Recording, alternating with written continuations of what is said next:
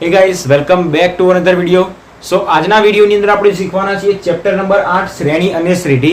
એની અંદર આજે આપણી પાસે ચોથા નંબરનો લેક્ચર અને આજના વિડિયોમાં આપણે શીખવાના છીએ નવો એક ટોપિક કે જેનું નામ છે સમગુણોત્તર મધ્યક. એના વિશે આપણે કેટલુંક ઇન્ટ્રોડક્શન જોઈશું. સાથે સાથે બીજી બે વસ્તુ વચ્ચેનો આપણે સંબંધ પણ જોવાનો છે, જે છે AM અને GM વચ્ચેનો સંબંધ. AM શું છે, GM શું છે, દરેકે દરેક વસ્તુ તમને આજના વિડિયોમાં સમજાવીશ. કેટલાક ઉદાહરણ પણ આપણે આજના વિડિયોની અંદર શીખવાના છીએ. બહુ જ ઇમ્પોર્ટન્ટ આજનું લેક્ચર છે. સ્વાધ્યાય 8.2 ની અંદર આના આપણને દાખલા આપેલા છે જે ગણવા માટે આજનો વિડિયો બહુ જ ઇમ્પોર્ટન્ટ થશે. તો બસ વિડિયોમાં અંત સુધી બને રહેજો. દરેકે દરેક વસ્તુ હું તમને ક્લિયર સમજાવી દઈશ સ્ટેપ બાય સ્ટેપ. તો વિડિયોમાં અંત સુધી બને રહેજો. આપણે સ્ટાર્ટ કરીએ. સૌપ્રથમ આપણે સમજી ગયા સમાંતર શ્રેણી કોને કહેવાય, સમગુણોત્તર શ્રેણી કોને કહેવાય. બધી વસ્તુ આપણે સમજી ગયા અને હવે આપણે સમજવાનું છે મધ્યક વિશે. તો ચાલો સ્ટાર્ટ કરીએ. સૌથી પહેલા સમાંતર શ્રેણી. જેટલી બી વસ્તુ શીખી ગયા અને જે શીખવાના છીએ બધી જ વસ્તુ તમને ફરી એક વખત ડિટેલમાં સમજાવું.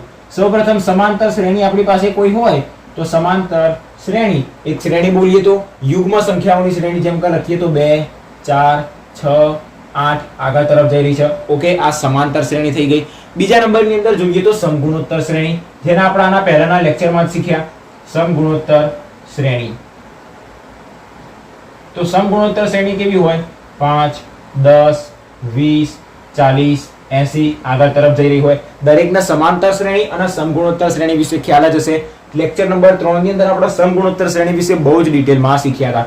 આજનો આપણો ટોપિક કયો છે? મધ્યક. મધ્યક કયો હોય? સમાંતર મધ્યક અને સમગુણોત્તર મધ્યક. સમાંતર શ્રેણીને આપણે શું કહેતા હતા? Arithmetic progression. શું કહેતા હતા આપણે? Arithmetic progression. શ્રેણી મતલબ પ્રોગ્રેશન. ઓકે, આ તમારે ખાલી યાદ રાખવું હોય તો યાદ રાખવાનું. સમગુણોત્તર શ્રેણીને આપણે શું કહેતા હતા? Geometric progression. શું કહેતા હતા? Geometric progression. મતલબ સમગુણોત્તરના જીઓમેટ્રિક કહેવાશે, શ્રેણીને પ્રોગ્રેશન કહેવાશે. એવી રીતના સમાંતર મતલબ એરિથમેટિક અને શ્રેણી મતલબ પ્રોગ્રેશન. તો આપણે શ્રેણી વિશે તો ભણી ગયા. હવે આપણે શું ભણવાનું છે? એમના મધ્યક વિશે. મધ્યકના આપણે શું કહીશું? મીન કહીશું. તો હવે આપણે જે ભણવાનું છે એ ટોપિક આવશે એરિથમેટિક મીન. કયું આવશે? એક આવશે એરિથમેટિક મીન, જેને આપણે શું કહીશું? તો કે સમાંતર મધ્યક. સમાંતર મધ્યક. પહેલા બંને વિશે ડિટેલમાં સમજીએ, પછી બંને વચ્ચે શું સંબંધ છે એને સમજીએ. અને બીજા નંબરની અંદર આપણી પાસે આવશે જીઓમેટ્રિક મીન. જીઓમેટ્રિક મીન કે જેને આપણે શું કહીશું? કયો મધ્યક? તો કે સમગુણોત્તર મધ્યક. સમગુણોત્તર મધ્યક. ઓકે, આપણે ઉદાહરણ દ્વારા સમજીએ અને એના સૂત્રને પણ સમજીએ. એક સમાંતર શ્રેણી લખીએ તો બસ આની આ શ્રેણી અહીંયા આગળ લખીએ. 2 4 6 8 ડેશ ડેશ ડેશ આગળ તરફ જઈ રહી છે. હવે માની લઈએ કે આ શ્રેણી મને આવી રીતના આપેલી છે 2 x 6 અને 8 અને ડેશ ડેશ ડેશ, અથવા તો મને આવી રીતના આપેલી છે 2 4 y 8 આગળ તરફ જઈ રહી છે. હવે મારે શોધવું હોય x ની કિંમત અને y ની કિંમત, તો હું કેવી રીતના શોધવું? અહીંયા આગળ x એ બીજું પદ છે, y એ ત્રીજું પદ છે.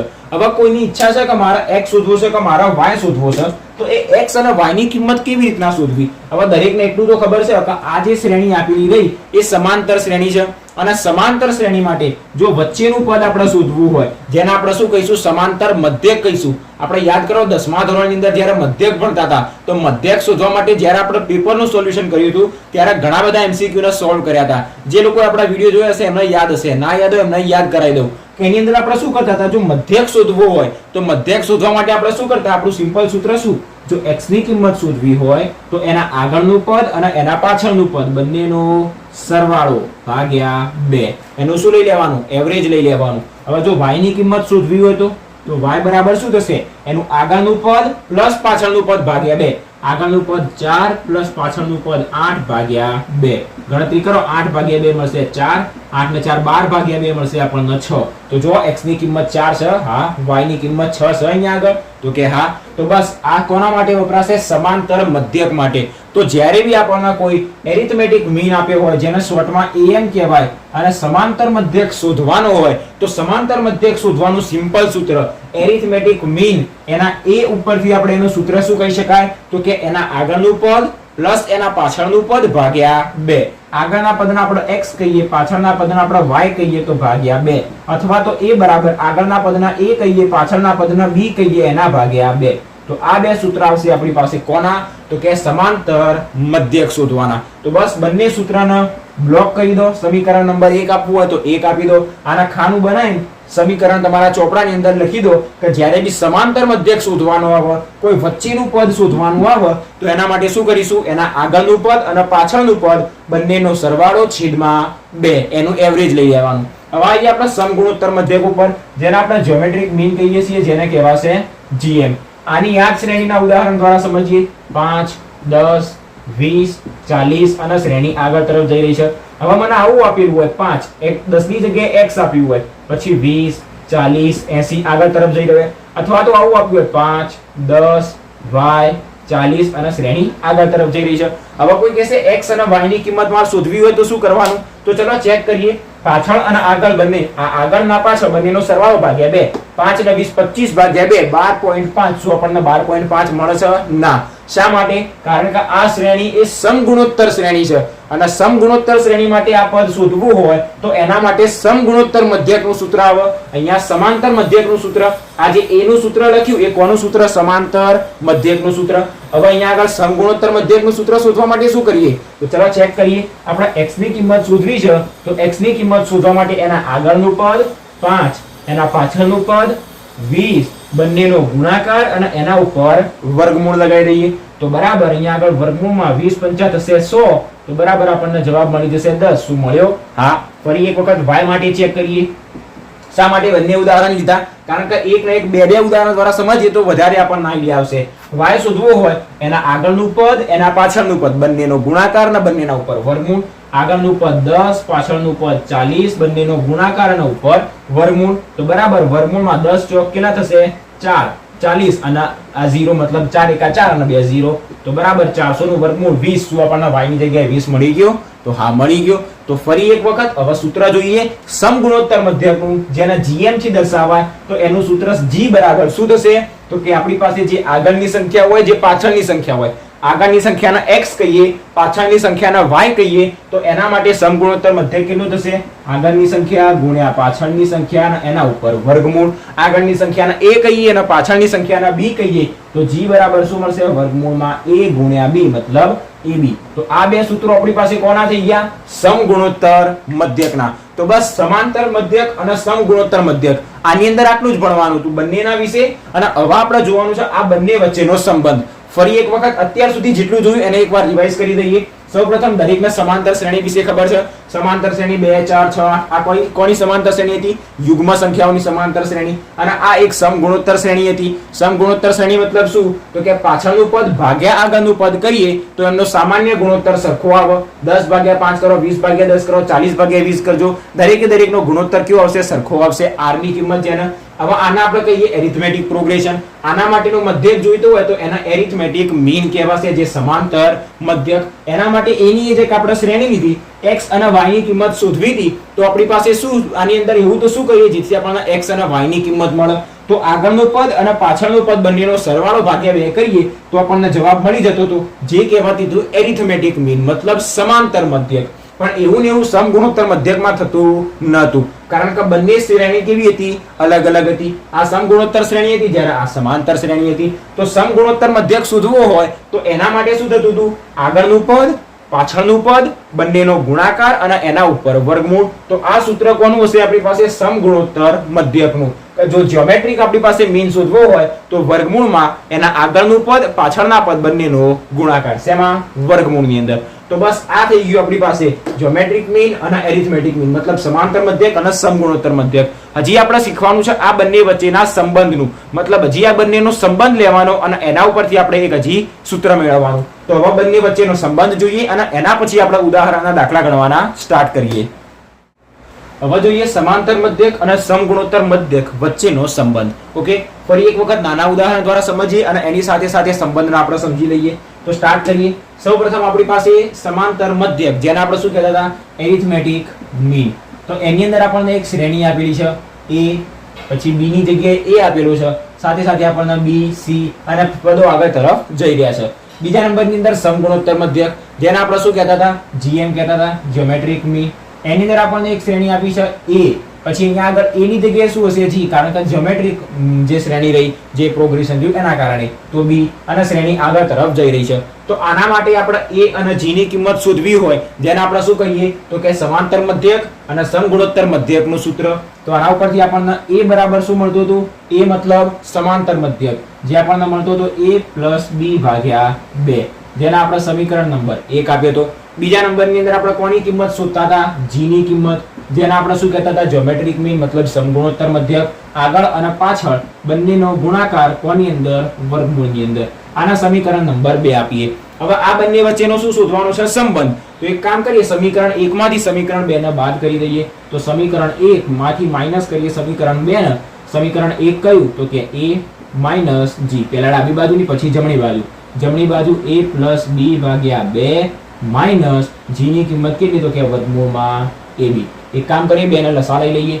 તો બરાબર a + b માઈનસ 2 આની સાથે ગુણાશે, તો 2 વર્ગમૂળમાં ab છેદમાં 2. અહીંયા આગળ થોડીક લાઈટ થતી હશે. આપણી પાસે પ્રથમ પદ પ્લસ બીજું પદ માઈનસ 2 ઘરના અને પહેલું બીજું પદ. શું લાગી રહ્યું છે કોઈ પદનો હોલ સ્ક્વેર છે, કોઈનું વિસ્તરણ, જે સ્ક્વેરનું વિસ્તરણ કરીએ એવું? તો એક કામ કરીએ, અહીંયા વર્ગમૂળમાં a અને વર્ગમૂળમાં b છે, બંનેને અલગ અલગ લખીએ. a ના અને b ને એક અલગ રીતથી લખી શકાય. ઉદાહરણ દ્વારા સમજીએ. a ના આપણે આવી રીતના લખી શકાય. આપણી પાસે a હોય તો એના ઉપર આપણે વર્ગે લગાવી દઈએ અને વર્ગમૂળ લગાવી દઈએ. તો વર્ગમૂળમાં a અને એના ઉપર સ્ક્વેર લગાવી દઈએ. તો સ્ક્વેર અને વર્ગમૂળ નીકળી જાય તો આપણને શું મળી જાય, a જ મળી જાય. તો બસ આપણી પાસે a છે, એના ઉપર સ્ક્વેર અને વર્ગમૂળ બંને લગાવી દઈએ. તો શું મળશે, વર્ગમૂળમાં a અને એનો સ્ક્વેર. પછી પ્લસ m ના m, b ના સાથે પણ એવું કરી દઈએ, વર્ગમૂળમાં b અને એનો સ્ક્વેર. માઈનસ અહીંયા કશું જ નહીં, આ તો ખાલી a ને આપણે અલગ રીતથી લખ્યો. એવી રીતના b ને પણ અલગ રીતથી લખ્યો. માઈનસ 2m ના m અને વર્ગમૂળમાં a ગુણ્યા વર્ગમૂળમાં b હોય તો a ના અને b ના આપણે અલગ અલગ વર્ગમૂળ આપી શકાય. ક્યારેક જ્યારે ગુણાકારમાં હોય ત્યારે સરવાળામાં આપી શકાય નહીં. અને છેદમાં 2m ના m રાખીએ. હવે આ તમને કંઈક લાગી રહ્યું છે કે પહેલું પદ પ્લસ બીજું પદ માઈનસ 2 ઘરના પહેલું બીજું. જુઓ તો આપણી પાસે પહેલા પદનો સ્ક્વેર પ્લસ બીજા પદનો સ્ક્વેર માઈનસ 2 ઘરના પહેલું પદ બીજું પદ. કોનું વિસ્તરણ લાગી રહ્યું છે, કોના સ્ક્વેરનું? ઉપર સ્ક્વેર છે મતલબ સ્ક્વેરનું વિસ્તરણ જશે. તો પહેલું પદ વર્ગમૂળમાં a, બીજું પદ વર્ગમૂળમાં b. તો વર્ગમૂળમાં a અને વર્ગમૂળમાં b ના સ્ક્વેરનું વિસ્તરણ. અહીંયા માઈનસ મતલબ બંનેની બાદબાકી હશે. ફરી એક વખત જોઈએ, વર્ગમૂળમાં a માઈનસ વર્ગમૂળમાં b, આના હોલ સ્ક્વેરનું વિસ્તરણ. છેદમાં આપણી પાસે જે 2 રહ્યા એના m ના m રાખીએ. હવે તમે જાતે તો વિચારો, વર્ગમૂળમાં a માઈનસ વર્ગમૂળમાં b નો સ્ક્વેર હોય તો આનું વિસ્તરણ શું થાય? તો ચાલો સમજીએ. વર્ગમૂળમાં a નો સ્ક્વેર મળ્યો, વર્ગમૂળમાં a નો સ્ક્વેર. પછી માઈનસ 2 ઘરના પહેલું પદ બીજું પદ, માઈનસ 2 પહેલું પદ વર્ગમૂળ a, બીજું પદ વર્ગમૂળ b. તો માઈનસ 2 ઘરના પહેલું પદ બીજું પદ. અને અહીંયા હંમેશા શું આવે, માઈનસ નો સ્ક્વેર પ્લસ જ થવાનું છે. તો પ્લસ બીજા પદનો સ્ક્વેર મતલબ વર્ગમૂળમાં 2 નો સ્ક્વેર. તો બસ તમે જુઓ તો આપણને આ પદ મળી ગયું. હવે આની અંદર આપણે બીજું શું કરી શકાય? આપણને કોની કિંમત મળી, a - g ની. તો આને થોડુંક સાઈડમાં લખીએ, નીચે લખીએ, a - g બરાબર આપણને શું મળ્યું, તો કે વર્ગમૂળમાં a માઈનસ વર્ગમૂળમાં b એનો સ્ક્વેર મળ્યો અને છેદમાં 2 મળ્યા. આની અંદર આપણે બીજું શું કરી શકાય, આ સ્ક્વેરનું આપણે વિસ્તરણ કરી શકાય. પણ વિસ્તરણ શું કરવા કરવું પડે, આપણે વિસ્તરણ ઉપરથી તો આ પદ લખ્યું, તો આ પદ ઉપરથી પાછું વિસ્તરણ કરવાનો કોઈ મતલબ નહીં. મતલબ આની અંદર હવે આગળ બીજી કોઈ ગણતરી થઈ રહી લાગતી નથી. તો આ આપણને શું મળી ગયું, બંનેની બાદબાકી, મતલબ બંને વચ્ચેનો સંબંધ. જો a અને g મતલબ સમાંતર મધ્યક અને સમગુણોત્તર મધ્યક એનો સંબંધ જોઈતો હોય તો એના માટેનું આ સૂત્ર. હવે બીજી એક વસ્તુ વિચારો, આ બંનેની બાદબાકીનો ઉપર આપણી પાસે સ્ક્વેર છે. હવે કોઈ બી નો સ્ક્વેર હોય, ઋણ સંખ્યા હોય કે ધન સંખ્યા, એનો સ્ક્વેર હંમેશા કેવો થાય, ધન જ થાય. મતલબ આ જે આખી આપણને કિંમત મળશે એ કેવી મળશે, ધન જ મળશે. કારણ કે આ બંનેનો સ્ક્વેર જે રહ્યો, કોઈ બી નો સ્ક્વેર હંમેશા આપણને ધન મળે. અને નીચે આપણી પાસે ધન સંખ્યા છે, આગળ બી આપણી પાસે કોઈ માઈનસ ચિહ્ન નથી. તો આખાનો સ્ક્વેર ધન હોય તો આખી સંખ્યા આપણને ધન જ મળવાની છે. માની લઈએ કે વર્ગમૂળમાં a ની જગ્યાએ 3 છે, વર્ગમૂળમાં b ની જગ્યાએ 2 છે. તો વર્ગમૂળમાં 3 માઈનસ વર્ગમૂળમાં 2 નો સ્ક્વેર કરીશું તો એની કિંમત આપણને ધન જ મળશે. અથવા તો આપણે માની લઈએ કે વર્ગમૂળમાં a ની કિંમત 3 છે, વર્ગમૂળમાં b ની કિંમત 3 છે. તો વર્ગમૂળમાં 3 માઈનસ વર્ગમૂળમાં 3 જે કેટલા મળશે, 0. અને 0 નો સ્ક્વેર 0, હજી 0 ભાગ્યા 2 એ પણ 0. મતલબ આ કિંમત કાં તો 0 હોઈ શકે કાં તો ધન હોઈ શકે. ધન શા માટે, કારણ કે ઉપર સ્ક્વેર છે, કોઈ બી નો સ્ક્વેર હંમેશા ધન જ થાય. તો આ કિંમતના આપણે બીજું શું લખી શકાય કે હંમેશા કાં તો 0 કરતા મોટી હશે કાં તો 0 હશે, મતલબ greater than and equals to 0 હશે. કઈ આર કિંમત? શા માટે? ઉપર સ્ક્વેર છે એટલે ક્યારે ઋણ તો હશે જ નહીં, અને જો ઋણ ના હોય તો શું હોય? હંમેશા ધન હોય, મતલબ 0 કરતા મોટી હોય. પણ જો a અને b ની કિંમત એક સરખી આવી જાય, a બરાબર પણ 4 હોય, b બરાબર પણ 4 હોય, તો વર્ગમૂળમાં 4 માઈનસ વર્ગમૂળમાં 4, 2 માઈનસ 2 0 થઈ જશે. અને ઉપર 0 આવ્યો તો આપણને આખો જવાબ શું મળી જાય? 0. તો a માઈનસ b નો જવાબ આપણને 0 પણ મળી શકે. તો અહીંયાથી આપણે બીજું શું કહી શકાય? આ a માઈનસ g બંનેનો સંબંધ, બંનેની બાદબાકી એ કેવો હોઈ શકે? આના છોડીને ડાયરેક્ટ આ લખીએ તો greater than and equals to 0, મતલબ a greater than equals to minus g ને આ બાજુ લઈ જઈએ તો g. તો આના ઉપરથી એટલું યાદ રાખજો કે હંમેશા a જે રહ્યો એ g કરતા મોટો જશે કાં તો એના જેટલો જશે. a મતલબ કોણ? સમાંતર મધ્યક. g મતલબ સમગુણોત્તર મધ્યક, જ્યોમેટ્રિક મીન, એરિથમેટિક મીન. તો હંમેશા સમાંતર મધ્યક એ સમગુણોત્તર મધ્યક કરતા મોટો જશે. એક આ વસ્તુ યાદ રાખવાની. અને બીજા નંબરની અંદર બંને વચ્ચેનો જે સંબંધ રહ્યો, બંનેની બાદબાકી હંમેશા 0 અને એના કરતા મોટો હશે, મતલબ 0 અને ધન હશે. ઋણની અંદર આવવાની તો કોઈ સંભાવના જ નથી. ઓકે, તો બસ આ મળી ગયો આપણને એના બંનેના વચ્ચેનો સંબંધ. એનું સૂત્ર અહીંયા સુધી જતું, બીજું કોઈ ચેક કરી દઈએ. આગળ કઈ શું આવવાનું હોય? ડન. આગળ આના આગળ કશું જ નથી. તો આ આપણે જોયું બંને વચ્ચેનો સંબંધ, એનું સૂત્ર. બે વસ્તુ મોસ્ટ ઇમ્પોર્ટન્ટ, હંમેશા જે બંને વચ્ચેનો સંબંધ રહ્યો 0 ને એના કરતા મોટો હશે. બીજા નંબરની અંદર સમાંતર મધ્યક હંમેશા સમગુણોત્તર મધ્યકના જેટલો કાં તો એના કરતા મોટો હશે. મોટો કોણ હશે? સમાંતર મધ્યક. નાનો કોણ હશે? સમગુણોત્તર મધ્યક. કાં તો બંને સરખા પણ હોઈ શકે. તો બસ આપણું આ ઇન્ટ્રોડક્શન અહીંયા આગળ પૂરું થઈ ગયું.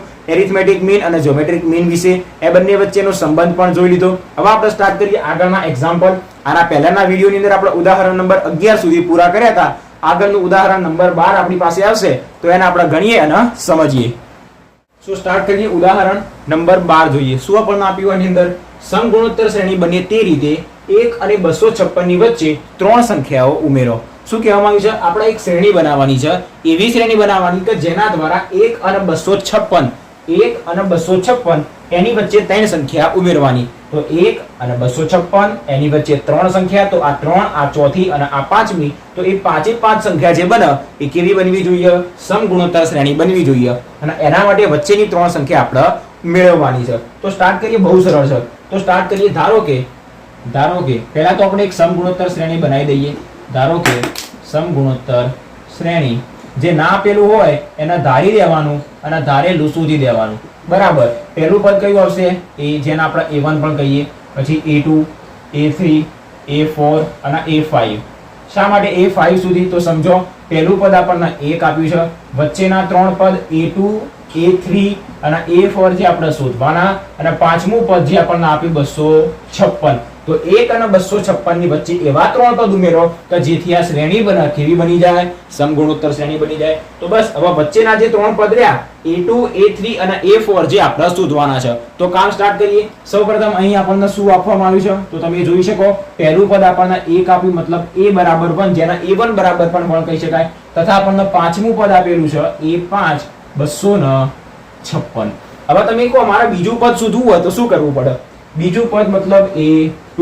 દરેકને યાદ હશે a2 નું સૂત્ર a r ની પાવર n minus 1, મતલબ a r ની પાવર 2 minus 1, મતલબ a r ની પાવર 1. જે નંબરનું પદ શોધવું હોય એના કરતા એક ઓછી શું આવશે? r ની ઘાત આવશે. સાથે સાથે આપણે a3 પણ શોધવાનું છે. તો a3 મતલબ શું મળશે? a r ની ઘાત 2. a4 પણ શોધવાનું છે. તો a r ની 3 ઘાત. મતલબ આની અંદર આપણી કોની જરૂર પડશે? e ની જરૂર પડશે અને r ની જરૂર પડશે. તો a અને r આપણને આપેલા નથી, પણ એના માટેની હિન્ટ કઈ છે? આપણને આ બે પદો આપ્યા છે. તો એ બંને પદોનો ઉપયોગ કરીને આપણે a અને r શોધીએ. આ ત્રણની અંદર a અને r ની કિંમત મૂકી દઈએ તો બહુ સરળતાથી આપણને શું મળી જશે? a2, a3, a4 વચ્ચેના 3 પદો. તો સ્ટાર્ટ કરીએ. આપણને a5 બરાબર આપેલા છે 256. હવે જેમ આપણે a2, a3, a4 માટે સૂત્ર લગાવ્યું a5 માટે પણ લગાવી દઈએ. તો શું મળશે? a r ની ઘાત 4 બરાબર 256. તો તેથી જોવા a ની કિંમત તો છે આપણી પાસે 1 * r ની 4 ઘાત બરાબર 256. ગુણાકાર કરીશું તો r ની 4 ઘાત બરાબર આપણને મળશે 256. યાદ કરો સ્વાધ્યાયના દાખલાના ઉદાહરણના દાખલા. આગો દાખલો આવે તો શું કરવાનું? બંનેની અંદર r ની 4 ઘાત છે. હવે આપણે શોધવાનું શું? તો કે r શોધવાનું. મતલબ નીચે બંનેના શું શોધવાના? આપણી પાસે i ની ઘાત કહેવાય અને નીચે આપણી પાસે r ની 4 ઘાત બરાબર 256. 56 મળ્યું. મતલબ આધાર આપણે શોધવાનો છે, r આપણે શોધવાનો છે, એની ઘાત કેટલી 4. તો અહીંયા આપણને એવી જ સંખ્યા મળશે કે જેની ઘાત 4 થતી હશે, જેથી બંને બાજુથી જે ઘાત રહી એ કટ થઈ જાય અને એનો જે આધાર મળે એ આપણને r મળી જાય. તો એના માટે શું કરવાનું? ધોરણ 10 ગણિત ચેપ્ટર નંબર 1 લસા અને ભૂસા, એની અંદર આપણે આવી રીતના અવયવો પાડતા હતા, ભાગ પાડતા હતા. તો 256 ના ભાગ પાડીએ. 256 ના ભાગ પાડવા માટે કશું જ કરવાનું નહીં, કોક 2 વડે ભાગ પાડશે ના ભાઈ, આપણે ઘાત 4 જોઈએ તો સીધા જ ભાગ 4 વડે પાડવાના, જેથી આપણને મળી જાય કે 4 ની કેટલી ઘાત જોઈએ. તો અહીંયા આગળ જોઈ લઈએ, સીધા જ 256 ભાગ્યા 4, 256 ભાગ્યા 4 આપણને કેટલા મળશે? 64. હજી એને 4 વડે ભાગીએ તો 16 ચોક 64 થશે, ભાગ્યા 4 આપણને મળશે 16 ચોક 64, 4 ચોક 16, 1 ચોક 4, ખતમ થઈ ગયું. તો 4 ની કેટલી ઘાત આવશે? 1 2 3 અને 4, મતલબ 4 ની 4 ઘાત કરીએ તો આપણને 256 મળે. તો બસ અહીંયા આગળ લખી દઈએ. તેથી r ની 4 ઘાત બરાબર 4 ની 4 ઘાત. બંને બાજુથી જો ઘાત સરખી હોય તો કટ થઈ જાય, અથવા તો જો ઘાત સરખી હોય તો એના આધારને આપણે સરખાઈ શકાય. તો r બરાબર આપણને મળી જશે 4. પણ હજી યાદ રાખજો, જ્યારે બી એની ઘાત યુગ્મ હોય, મતલબ 2 4 6 8 હોય તો એની બે કિંમત મળે. જેમ કે આપણે કહીએ કે r² બરાબર 1 હોય તો r બરાબર જેમ આપણે પ્લસ ઓર માઇનસ 1 કરીએ ક્યારે, એવી રીતના જો r ની 4 ઘાત બરાબર 1 હોય તો પણ આપણે r બરાબર પ્લસ ઓર માઇનસ 1 કરવું પડે. મતલબ જો એની ઘાત યુગ્મ હોય, 2 4 6 8 10 યુગ્મ હોય તો એનો જવાબ પ્લસ અને માઇનસ બંનેમાં આવે. મતલબ r ની કિંમત પ્લસ માઇનસ 4 મળશે. પ્લસ 4 પણ હોઈ શકે, માઇનસ 4 પણ હોઈ શકે. તો અહીંયાથી આપણને a ની કિંમત તો ખબર હતી, r ની કિંમત મળી ગઈ અને આપણે આ ત્રણ કિંમત શોધવાની છે. તો બસ હવે એ શોધીએ. પણ r ની તો બે કિંમત મળી, તો કોના માટે? બંને માટે શોધવાની. તો સ્ટાર્ટ કરીએ. એક કામ કરીએ, આના વધારાનો ભાગ પહેલા ભૂસી દઈએ. તો હવે આપણે શોધવાનું બીજું, ત્રીજું અને ચોથું પદ. સૌપ્રથમ a2 શોધીએ. a2 પણ કોના માટે? તો કે r બરાબર +4 માટે. હવે શોધીએ r બરાબર +4 માટે. કોની કિંમત? a2 ની કિંમત બરાબર શું મળશે? ar ની 1 ઘાત. a ની કિંમત 1, r ની કિંમત કેટલી? 4. 4 એકા મળશે 4. હવે r બરાબર +4 માટે a3 શોધીએ. તો a3 બરાબર શું મળશે? ar ની 2 ઘાત. a ની કિંમત 1, r ની 4, એનો સ્ક્વેર. 4 ચોક 16 એકા 16. પછી a4 બરાબર ar ની કેટલી મળશે? 3 ઘાત. a બરાબર 1, r નો ઘન મતલબ 4 નો ઘન, 16 ચોક થશે 64. આપણને કોની કિંમત મળી ગઈ? a2, a3 અને a4. વચ્ચેના ત્રણ પદો જે શોધવાના હતા એ મળી ગયા. પણ કોના માટે? +4 માટે. હજી -4 માટે બાકી. તો હવે એની કિંમત શોધીએ -4 માટે. તો હવે r બરાબર -4 માટે. -4 માટે આપણે શોધવાની કોની કિંમત? a2, a3 અને a4. તો a2 બરાબર ar ની 1 ઘાત. a ની કિંમત 1. હવે r ની 1 ઘાત મતલબ -4 ની 1 ઘાત કેટલી મળશે? -4. a3 બરાબર શું મળશે? ar નો સ્ક્વેર મતલબ 1 -4 નો સ્ક્વેર જે પ્લસ થઈ જશે અને 16 મળશે. a4 ar ની 3 ઘાત. a મતલબ 1, r ની 3 ઘાત મતલબ -4 ની 3 ઘાત. હવે માઇનસ ની અયુગ્મ ઘાત મતલબ જવાબ માઇનસ અને 4 ની 3 ઘાત મળશે 64. તો આપણને a2, a3 અને a4 જે શોધવાનો હતો આના ઉપરથી આપણને મળી ગયો. ફરી એક વખત રકમ વાંચો. સમગુણોત્તર શ્રેણી બને તે રીતે 1 અને 256 વચ્ચેની ત્રણ સંખ્યા ઉમેરો. તો ત્રણ સંખ્યાઓ આપણે કઈ આ રહી?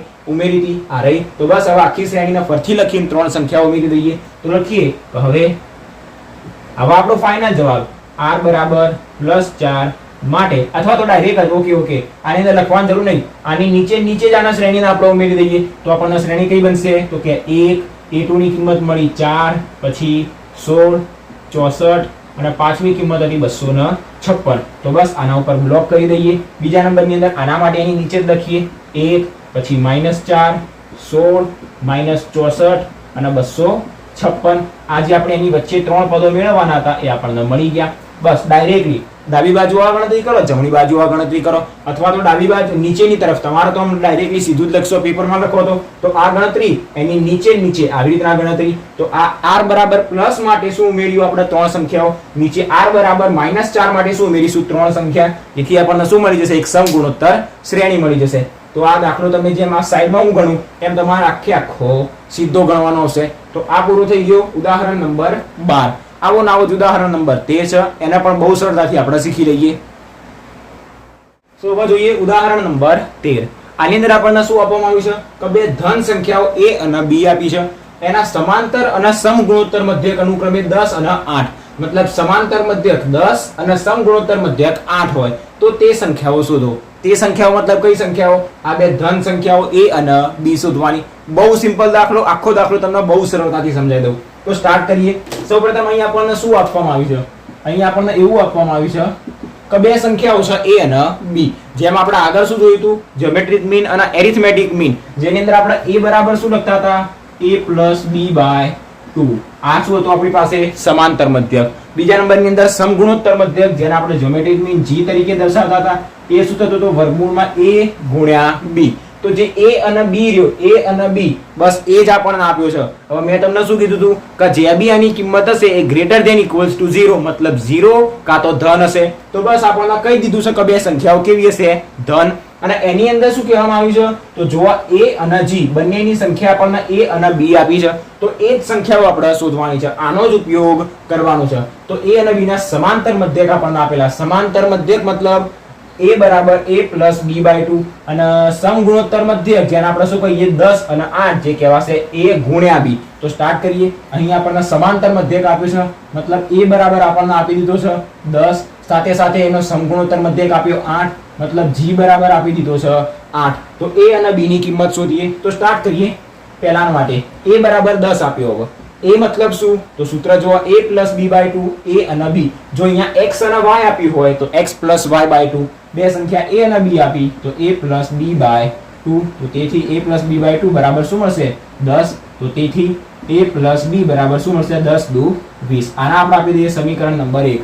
બીજા નંબરની અંદર આપણને શું આપ્યું? g બરાબર 8, એનો સમગુણોત્તર મધ્યક 8. g નું સૂત્ર કયું? વર્ગમૂળમાં a ગુણ્યા b.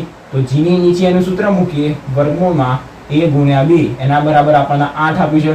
હવે વર્ગમૂળ મજા નથી આવતી, કાઢી દઈએ વર્ગમૂળ. તો શું કરીએ? બંને બાજુ વર્ગ કરી દઈએ, મતલબ અહીંયા વર્ગમૂળ નીકળી જશે અને આ બાજુ વર્ગ કેટલો થઈ જશે? 64. આના સમીકરણ નંબર 2 આપીએ. અહીંયા સરવાળો, અહીંયા ગુણાકાર, બંને સમીકરણના સોલ્વ કરવાનો, a અને b ની કિંમત શોધવાની. જાતે ટ્રાય કરો. શું થઈ શકે આની અંદર? શું લાગી રહ્યું છે? શું થઈ શકે? કશું જ નહીં. આની અંદર કરીએ a બરાબર શું થશે? 20 b. એના કરતા બનાવી દઈએ તો 20 b. આના એક કાઢીને આના સમીકરણ નંબર 1 આપી દઈએ. હવે સમીકરણ 1 ની કિંમત સમીકરણ 2 માં મૂકીએ તો લખીએ. આ પદ તમારે અહીંયા નીચે કરવાનું. આટલું સ્ટેપ કર્યા પછી આ ત્રણ પદોની ગણતરી નીચે કરવાની. તો હવે હું અહીંયા આગળ કરી દઉં. આપણે તથા આપણને a બરાબર 10 આપ્યા હતા તથા g બરાબર 8 આપ્યા હતા. તો તેથી વર્ગમૂળમાં ab બરાબર 8 થશે. બંને બાજુ વર્ગ કર્યો તો ab બરાબર આપણને મળી ગયા 64. આના આપણે આપ્યો સમીકરણ નંબર 2. ઓકે, આ ગણતરી તમારે નીચે જ કરવાની. એના પછીનું પદ જેની અંદર આપણે શું કરવાનું કીધું? 1 ની કિંમત 2 માં મૂકતા. તો સમીકરણ 1 ની કિંમત સમીકરણ 2 માં મૂકતા. તો 1 ની કિંમત 2 માં, 2 મતલબ કયું? તો કે ab બરાબર 64. પહેલા સમીકરણ 2 લખ્યું. એની અંદર a બરાબર શું મૂકવાનું? તો કે 20 b. પછી આ b એમના એમ બરાબર 64. a ની કિંમત મૂકી, b એમના એમ 64. તેથી તો શું મળશે? 20b minus b square બરાબર 64. b square વાળું પદ જમણી બાજુ લઈ લઈએ તો પ્લસ b square, આ થઈ જશે minus 20b અને પ્લસ 64 બરાબર 0. આપણને મળી ગયું એક દ્વિઘાત સમીકરણ, ક્વોડ્રેટિક ઇક્વેશન. આને સોલ્વ કરીએ. 64 એકા 64 કેવી રીતના સોલ્વ કરવું પડશે? તો કે 64 ના એવા બે ભાગ પાડવાના કે જેનો સરવાળો કેટલો થાય? 20 થાય. સરવાળો 20 થવો જોઈએ. અહીંયા માઈનસ ચિહ્ન લાવવાનું. સરવાળો મતલબ બંનેના ચિહ્નો સમાન હોવા જોઈએ. તો માઈનસ માઈનસ માઈનસ મળશે, બંનેનો સરવાળો થશે. તો 64 ના એવા કયા ભાગ પડે? 88 64 થાય. 8 ગુણ્યા 8 શું થાય? 64 થાય. પણ 8 ના 8 20 થશે? નહીં થાય. પછી દશેદાન તો 100 થઈ જાય. મતલબ 12 ગુણ્યા 8, 12 ગુણ્યા 8 લેવા જઈએ તો ચેક કરીએ. 12 ગુણ્યા 8 એ પણ નથી મેળ પડતો. પછી જો 88 64 ના મતલબ આપણે ઉપર તરફ જવું પડશે. ઉપર તરફ મતલબ 9 10 11 તરફ જવું પડશે. તો દશેદાન પણ 100 થઈ ગયા. 10 દાન મતલબ 10 10 લઈએ તો 1 વધારીએ 1 ઘટાડીએ 11 9 ના. પછી 12 આપણે કેટલો લાવવાનો છે? સરવાળો 20. હા, તો 12 અને 8 12 8 96 થશે. પછી જઈએ તો 13 7, આપણે જઈએ તો 14 6, પછી 15 5 14 6 13, અચ્છા 14 4 13 14 4, અચ્છા હા અહીંયા 16 આવશે. 16 4 13 3 અને 12 2. ઓકે, અહીંયા આગળ આ કિંમતો વધારી, આ 14 આવશે. ઓકે, 15 16 આ 17 આવશે, આ 18 આવશે, 18 3. હવે વિચારો આ બંનેનો સરવાળો આપણે એવી જ સંખ્યા લીધી કે જે બંનેનો સરવાળો કેટલી થાય 20 20 થાય. અને હવે જોઈ લઈએ કોનો ગુણાકાર 64 થાય છે. 14 6 84 15 55 75 16 64. અચ્છા, 16 ચોક મળી ગઈ સંખ્યા 16 અને 4, તો 16 ચોક 64, બંનેનો સરવાળો 20 થઈ જશે. તો આ પૂછી દઈએ, આપણને બે સંખ્યા મળી 16 અને 4.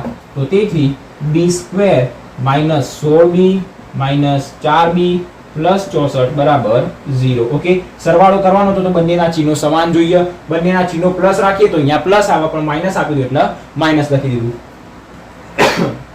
Okay, sorry. તો હવે આપણે શું કરીએ, પહેલા બે પદ બીજા બે પદ બંનેમાંથી કોમન કાઢીએ. અહીંયાથી b કોમન નીકળશે તો b - 16 વધશે, માઈનસ અહીંયાથી 4 કોમન નીકળશે તો પણ b - 16 વધશે બરાબર 0. તો પહેલું પદ મળશે b - 16, બીજું મળશે b - 4 બરાબર 0.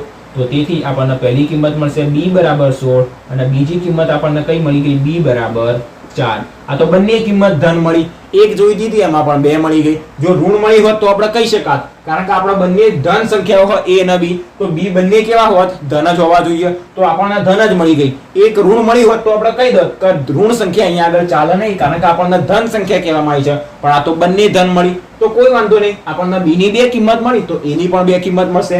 તો b ની જે બે કિંમત મળી એના માટે હવે a ની કિંમત શોધીએ. તો હવે આપણી પાસે a નું કિંમત કઈ, તો કે પહેલા જોઈએ લખીએ કે b બરાબર 16 માટે, b બરાબર 16 માટે કયું સૂત્ર લઈએ, a બરાબર 20 - b. તો તેથી a બરાબર 20 - 16, તો તેથી a બરાબર આપણને મળી જશે 4. આપણને a ની કિંમત મળી ગઈ. હજી 4 માટે જોઈએ તો b બરાબર 4 માટે, 4 માટે a બરાબર શું મળશે 20 - 4, તો તેથી a બરાબર કેટલા મળશે 16. ઓકે, તો અહીંયા આગળ આપણને a ની પણ બે કિંમત મળી ગઈ અને b ની પણ બે કિંમત મળી ગઈ. શું શોધવાનું કીધું હતું, તો બે સંખ્યાઓ શોધો a અને b. તો બે સંખ્યાઓ a અને b બંને મળી ગઈ. બંનેની બે બે કિંમત મળી, એનાથી કોઈ વાંધો નહીં. 3 મળે 4 મળે ગમે તે મળે, દ્વિઘાત સમીકરણ મળ્યું હોય તો આપણને ખબર હોય કે એની બે જ કિંમતો મળવાની હતી. પણ જો એની અંદરથી ઋણ કિંમત મળી હોય તો આપણે કહી શકાત કે આપણે ધન સંખ્યા જોઈએ, એથી ઋણ એ શક્ય નથી. તો આપણે એ જવાબ હોઈ શકે. પણ બંને ધન મળી તો બંનેને ગણવાની, બંને માટે a ની કિંમત શોધી લેવાની. તો આપણને જવાબ મળી ગયો 4 16 16 4, 4 16 16 4, બંનેમાં 16 4 4 16 એવું જવાબ આવે છે. તો આ પૂરો થઈ ગયો આપણી પાસે ઉદાહરણ નંબર 13. હવે આપણી પાસે જેટલા બી ઉદાહરણ હતા આ ચેપ્ટરની અંદર, 8મા ચેપ્ટરની અંદર એને પૂરા કરી દીધા. હવે આપણી પાસે હજી એક સ્વાધ્યાય વધ્યો છે, સ્વાધ્યાય 8.2 અને 3. બંનેને આપણે શીખવાના છીએ પછીના લેક્ચરથી. આના પછીના વિડીયોમાં આપણે સ્ટાર્ટ કરીશું સ્વાધ્યાય 8.3. તો આ સોરી પહેલા 8.2 પૂરો કરીશું, પછી 8.3 સ્ટાર્ટ કરીશું. તો આજના વિડીયોની અંદર અહીંયા સુધી. આજના વિડીયોમાં આપણે કોના વિશે સમજ્યા, મધ્યક વિશે સમજ્યા. જેમ કે સમાંતર મધ્યક કોને કહેવાય, સમગુણોત્તર મધ્યક કોને કહેવાય, બંને વચ્ચે શું સંબંધ છે એના સૂત્રો જોયા, સંબંધના પણ સૂત્રો જોયા. સાથે સાથે ઉદાહરણ નંબર 12 અને 13 પણ આપણે આજના વિડીયોની અંદર શીખી લીધા. તો આજના વિડીયોની અંદર આપણે અહીંયા સુધી રાખીએ. નેક્સ્ટ લેક્ચરની અંદર 8.2 સ્વાધ્યાય સ્ટાર્ટ કરીશું. આજના વિડીયોમાં કોઈ જગ્યાએ તમને ના ખબર પડી હોય અથવા તો ક્યાંય કોઈ ક્વેશ્ચન હોય તો કમેન્ટ બોક્સમાં પૂછી લેજો, તમને તરત જ એનું સોલ્યુશન મળી જશે. તો મળીએ નેક્સ્ટ વિડીયોમાં લેક્ચર નંબર 5માં સ્વાધ્યાય 8.2 ની સાથે. આ વિડીયો ગમ્યો હોય તો વિડીયોને લાઇક શેર અને ચેનલને સબસ્ક્રાઇબ કરવાનું ભૂલતા નહીં. ચેનલને સબસ્ક્રાઇબ કર્યા પછી બાજુમાં બેલ આઇકન દેખાતી હશે ઘંટડી, એના ઉપર પણ ક્લિક કરીને ઓલ બટન ઉપર ક્લિક કરી દેજો, જેથી જેટલા બી નવા વિડીયો આવે એની તમને નોટિફિકેશન મળતી જાય. તો મળીએ નેક્સ્ટ વિડીયોમાં લેક્ચર નંબર 5માં. Thanks for watching guys.